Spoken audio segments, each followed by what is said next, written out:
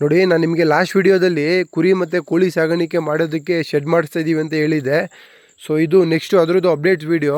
Next ಏನೇನು process ಆಗಿದೆ ಅಂದ್ಬಿಟ್ಟು ನಾನು ನಿಮಗೆ ಇನ್ಫಾರ್ಮೇಷನ್ನು ನೀಡ್ತಾ ಇದ್ದೀನಿ. ಇದು ನೋಡಿ, ಇದು ಆ್ಯಕ್ಚುಲಿ ಬಂದ್ಬಿಟ್ಟು ನಿಮಗೆ ಕುರಿಗಳು ಇಲ್ಲಿ ಸ್ಟೆಪ್ಸು ಹತ್ತೋಗೋದಕ್ಕೆ, ಮೇಲ್ಗಡೆಗೆ ಶೆಡ್ಗೆ ಹತ್ತೋಗೋದಕ್ಕೆ ಇದು ಸ್ಟೆಪ್ಸು ನೋಡಿ ಈ ಥರ ಬಂದಿದೆ. ಇದು ಈ ಥರ ಬಂದಿದೆ. ಮತ್ತು ಮೇಲ್ಗಡೆ ಎಲ್ಲ ಪಾರ್ಟೇಷನ್ ಮಾಡ್ಕೊಂಡಿದ್ದೀವಿ, ಅದನ್ನು ತೋರಿಸ್ತೀನಿ ಯಾವ ಥರ ಮಾಡ್ಕೊಂಡಿದ್ದೀವಿ ಅಂದ್ಬಿಟ್ಟು ನಾನು ನಿಮಗೆ ತೋರಿಸ್ತೀನಿ. ಅದು ಸೊ ನೋಡಿ ಯಾವ ಥರ ಬಂದಿದೆ ಅಂದ್ಬಿಟ್ಟು ನಾನು ನಿಮಗೆ ಇವಾಗ ತೋರಿಸ್ತೀನಿ. ನೋಡಿ ಈ ಥರ ಬಂದಿದೆ.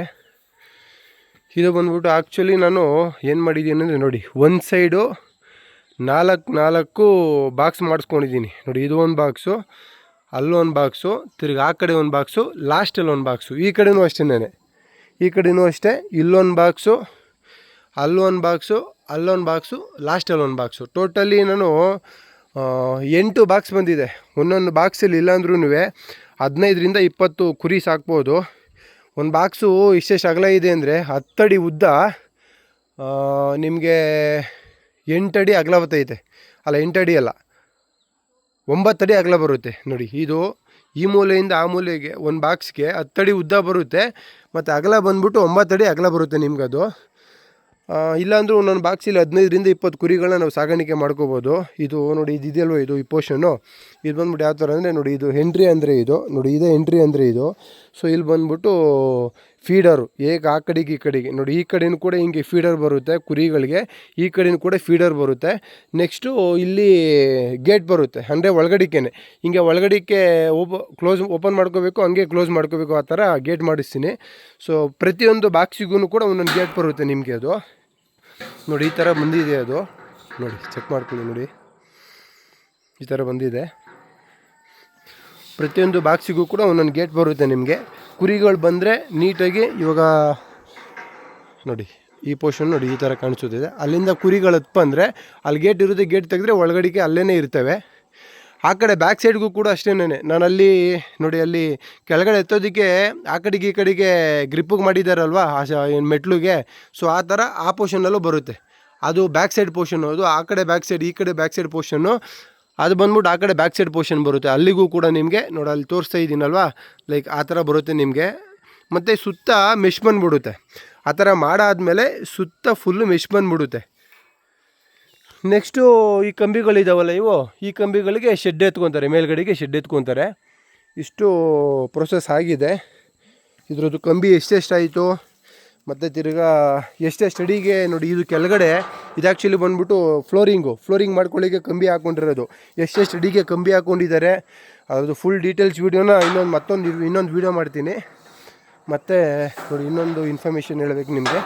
ನಾನು ಆ್ಯಕ್ಚುಲಿ ಇದನ್ನು ಮಾಡಿಸ್ತಾಯಿದ್ದೀನಿ, ಏನು ಫ್ಲೋರಿಗೆ ಮ್ಯಾಟ್ ಹಾಕ್ಸ್ತಾಯಿಲ್ಲ ನಾನು. ನಾನು ಫ್ಲೋರಿಗೆ ಬಂದುಬಿಟ್ಟು ನಾನು ಏನು ಮಾಡಿಸ್ತಾಯಿದ್ದೀನಿ ಅಂದರೆ ನೋಡಿ, ರಿಪೀಸ್ ಪಟ್ಟಿಗಳು ಹಾಕ್ಸ್ತಾಯಿದ್ದೀನಿ. ಈ ಥರ ರಿಪೀಸ್ ಪಟ್ಟಿಗಳು ನೆನ್ನೆ ಅನ್ಲೋಡ್ ಆಗಿದೆ, ಇದು ರಿಪೀಸ್ ಪಟ್ಟಿ. ಸೊ ಈ ಥರ ರಿಪೀಸ್ ಪಟ್ಟಿಗಳು ಹಾಕಿದ್ರೆ ಕುರಿಗಳಿಗೂ ಕೂಡ ಆ್ಯಕ್ಚುಲಿ ಮ್ಯಾಟಲ್ಲಿ ನಾನು ತುಂಬ ವೀಡಿಯೋಸ್ಗಳಲ್ಲಿ ನೋಡಿದ್ದೀನಿ, ಮತ್ತು ಸಾಕಿರೋನು ಕೂಡ ಕೇಳಿದ್ದೀವಿ. ಮ್ಯಾಟಲ್ಲಿ ಏನಾಗ್ತಿದೆ ಅಂದರೆ ಸಣ್ಣ ಮರಿಗಳು ಮತ್ತು ತಿರ್ಗಾ ಕುರಿಗಳು ಕಾಲು ಒಳಗಡೆ ಬಿಟ್ಬಿಟ್ಟು ಅದು ಉಗುರು ಸಮೇತ ಕಿತ್ಕೊಂಡು ಬಂದ್ಬಿಡೋ ಚಾನ್ಸಸ್ ಐತೆ. ಸೊ ಚಾನ್ಸಸ್ ಐತೆ ಅಂದರೆ ಕಿತ್ಕೊಂಡು ಬಂದ್ಬಿಟ್ಟಿದೆ. ಸೊ ಅದಕ್ಕೇ ಅದು ಒಂದು. ಮತ್ತು ಇನ್ನೊಂದು ತುಂಬ ಎಕ್ಸ್ಪೆನ್ಸಿವ್ ಆಗುತ್ತೆ ಮ್ಯಾಟ್ ಬಂದ್ಬಿಟ್ಟು, ತುಂಬ ಹೆವಿ ಕಾಸ್ಟ್ಲಿ. ನನಗೆ ಆ್ಯಕ್ಚುಲಿ ಮ್ಯಾಟ್ಗೆ ಒಂದು ಹತ್ರ ಕೊಟೇಶನ್ ಹಾಕ್ಸಿದ್ದಕ್ಕೆ 2 ಲಕ್ಷ ಚಿಲ್ಲರೆ ಕೊಟೇಶನ್ ಕೊಟ್ಟರು. ಹೋಲ್ಸೇಲಲ್ಲಿ ಒಂದು ಹತ್ರ ಹಾಕ್ಸ್ದೆ, ಅಲ್ಲಿ 1,68,000 ರೂಪಾಯಿ, 1,70,000 ಏನೋ ಕೊಟೇಶನ್ ಕೊಟ್ಟರು. ನಾನು ಅದಕ್ಕೆ ನೋಡಿ ಈ ಥರ ಬರುತ್ತೆ ನಾನು ಹಾಕ್ಸೋದು ನೋಡಿ, ಈ ಥರ ನೀಟಾಗಿ ಪ್ರತಿಯೊಂದು ನೋಡಿ. ಇವಾಗ ನೋಡಿ, ಇಲ್ಲೊಂದು ಅಡ್ಡ ಕಂಬಿ ಐತೆ, ಅಲ್ಲೊಂದು ಅಡ್ಡ ಕಂಬಿ ಐತೆ, ಅಲ್ಲೊಂದು ಅಡ್ಡ ಕಂಬಿ ಐತೆ.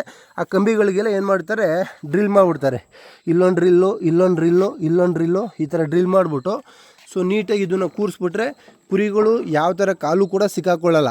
ಮತ್ತು ತಿರ್ಗಾ ಇದು ಮರ ಆಗಿರೋದ್ರಿಂದ ಕುರಿಗಳಿಗೆ ಪ್ಲಾಸ್ಟಿಕ್ ಕಾಲು ಸಿಗಲ್ವಲ್ಲ, ಸೊ ಮರದ ಮೇಲೆ ಒಂಥರ ಸ್ವಲ್ಪ ಆರೋಗ್ಯನೂ ಕೂಡ ಇದು. ಸೊ ಅದರಿಂದ ನಾನು ಮರನೇ ರೆಫರ್ ಮಾಡ್ತೀನಿ.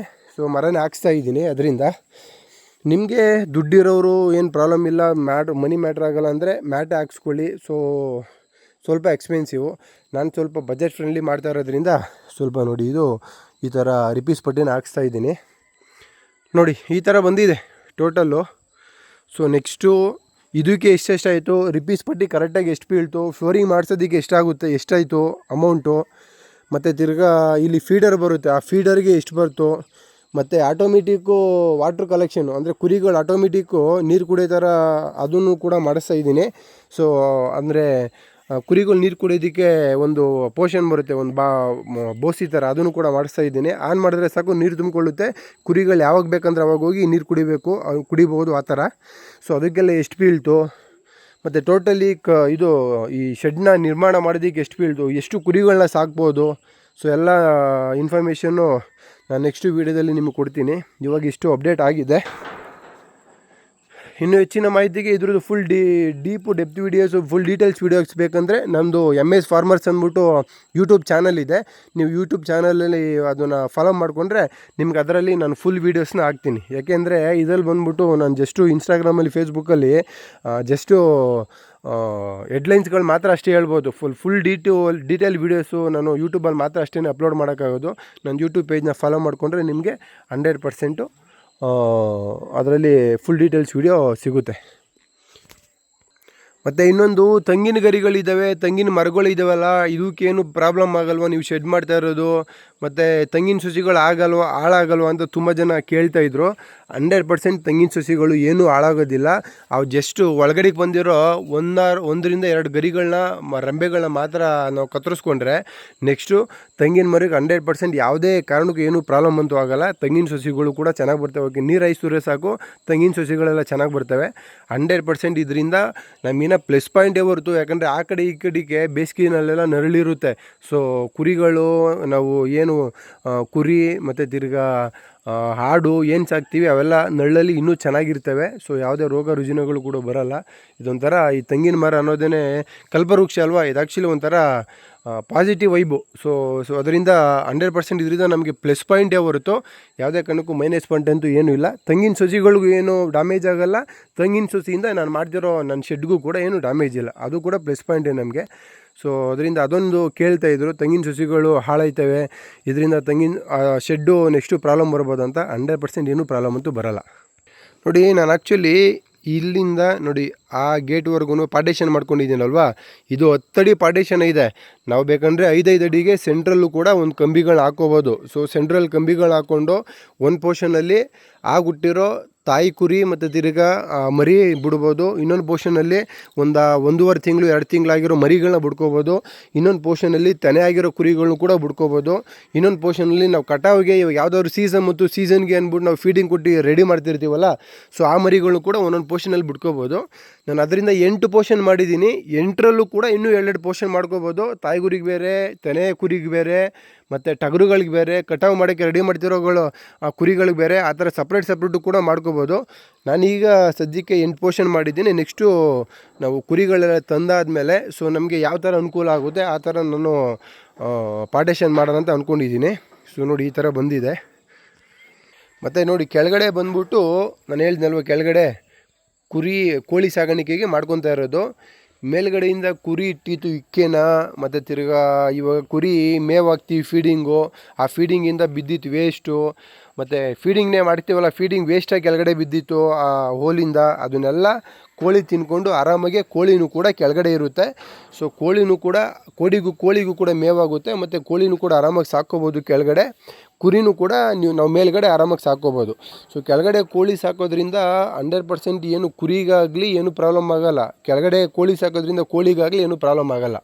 ಸೊ ನೆಕ್ಸ್ಟು ನಾನು ಅದನ್ನು ಇನ್ನೊಂದು ವೀಡಿಯೋ ಮಾಡ್ತೀನಿ, ಯಾವುದು ಕೋಳಿ ಸಾಗಾಣಿಕೆ ಕೆಳಗಡೆ ಪಾರ್ಟೇಷನ್ ಮಾಡ್ಕೊತೀನಿ. ಯಾವ ಥರ ಮೊಟ್ಟೆ ಇಡಬೇಕಾದ್ರೆ ಮೊಟ್ಟೆ ಇಡೋದಕ್ಕೆ ಮೊಟ್ಟೆ ಕೋಳಿಗಳಿಗೆ ಒಂದು ಕಡೆ ಪಾರ್ಟೇಷನ್ ಮಾಡ್ತೀನಿ. ಅವು ಡೈಲಿ ಬಂದು ಕೋಳಿಗಳು ಅಲ್ಲಿ ಮೊಟ್ಟೆ ಇಟ್ಬಿಟ್ಟು ಹೋಗ್ಬೇಕು ಆ ಥರ. ಮತ್ತು ತಿರ್ಗಾ ಕಾವಿ ಕೂರಿಸಿದ್ರೆ ಆ ಕಾವಿ ಕೂರಿಸೋ ಕೋಳಿಗಳಿಗೆ ಅವಾಗ ಸಪ್ರೇಟ್ ಪಾರ್ಟೇಷನ್ ಮಾಡ್ತೀನಿ. ಮತ್ತು ಮಾಮೂಲಿ ಓಡಾಡೋದಕ್ಕೆ ಈ ಥರ ಮೇವನ್ನೆಲ್ಲ ಹಾಯ್ಕೊಂಡು ತಿನ್ನೋದಕ್ಕೆ ಇರ್ತೇವಲ್ಲ ಕೋಳಿಗಳು ಒಳಗಡೆ, ಅವಕ್ಕೂ ಕೂಡ ನೀಟಾಗಿ ಮಾಡಿಕೊಡ್ತೀನಿ. ಸೊ ಯಾವ್ಯಾವ ಥರ ಏನು ಅಂತ ಅಂದ್ಬಿಟ್ಟು ನೆಕ್ಸ್ಟ್ ಇನ್ನೊಂದು ವೀಡಿಯೋ ಮಾಡ್ತೀನಿ ಕೆಳಗಡೆ ಪೋರ್ಷನ್ದು. ಆ ವೀಡಿಯೋದಲ್ಲಿ ನಿಮಗೆ ಫುಲ್ ಡೀಟೇಲ್ಸ್ ಹಾಕ್ತೀನಿ. ಇವಾಗ ನೋಡಿ, ಇಷ್ಟು ಇನ್ಫಾರ್ಮೇಷನ್ನು. ಇನ್ನೂ ಹೆಚ್ಚಿನ ಮಾಹಿತಿಗೆ ನಮ್ಮದು ಯೂಟ್ಯೂಬ್ ಚಾನಲ್ ಇದೆ MS ಫಾರ್ಮರ್ಸ್ ಅಂದ್ಬಿಟ್ಟು, ಯೂಟ್ಯೂಬ್ ಪೇಜ್ ಮತ್ತು ಫೇಸ್ಬುಕ್ ಪೇಜ್ ಇದೆ MS ಫಾರ್ಮರ್ಸ್ ಅಂದ್ಬಿಟ್ಟು, ಮತ್ತು ತಿರ್ಗಾ ಇನ್ಸ್ಟಾಗ್ರಾಮ್ ಪೇಜ್ ಇದೆ MS ಫಾರ್ಮರ್ಸ್ ಅಂತ. ದಯವಿಟ್ಟು ಫಾಲೋ ಮಾಡಿ. ನಿಮಗೇನಾದರೂ ಡೌಟ್ಸ್ ಇತ್ತು ಅಂದರೆ ನಾನು ಮಾಡ್ತಿರೋ ಕೆಲಸದಲ್ಲಿ ಸೊ ಕೇಳಿ. ಇನ್ನೂ ಏನಾದರೂ ನಮಗೆ ಇನ್ಫಾರ್ಮೇಷನ್ ಕೊಡೋದಿತ್ತು ಅಂದರೆ ದಯವಿಟ್ಟು ಕೊಡಿ, ಹಿಂಗೆಲ್ಲ ಹಿಂಗೆ ಕಟ್ಸ್ಕೊಳ್ಳಿ ಅಂದ್ಬಿಟ್ಟು ನಿಮ್ಮ ಸಜೆಷನ್ನು ಕೂಡ ನಾನು ತೊಗೊತೀನಿ. ಮತ್ತು ಏನಾದ್ರು ಡೌಟ್ಸ್ ಇದ್ದರೆ ಕಮೆಂಟ್ಸ್ ಮಾಡಿ, ಖಂಡಿತ ಅದ್ರ ರಿಲೇಟೆಡ್ ನೆಕ್ಸ್ಟ್ ವೀಡಿಯೋ ಮಾಡ್ತೀನಿ. Thank you so much.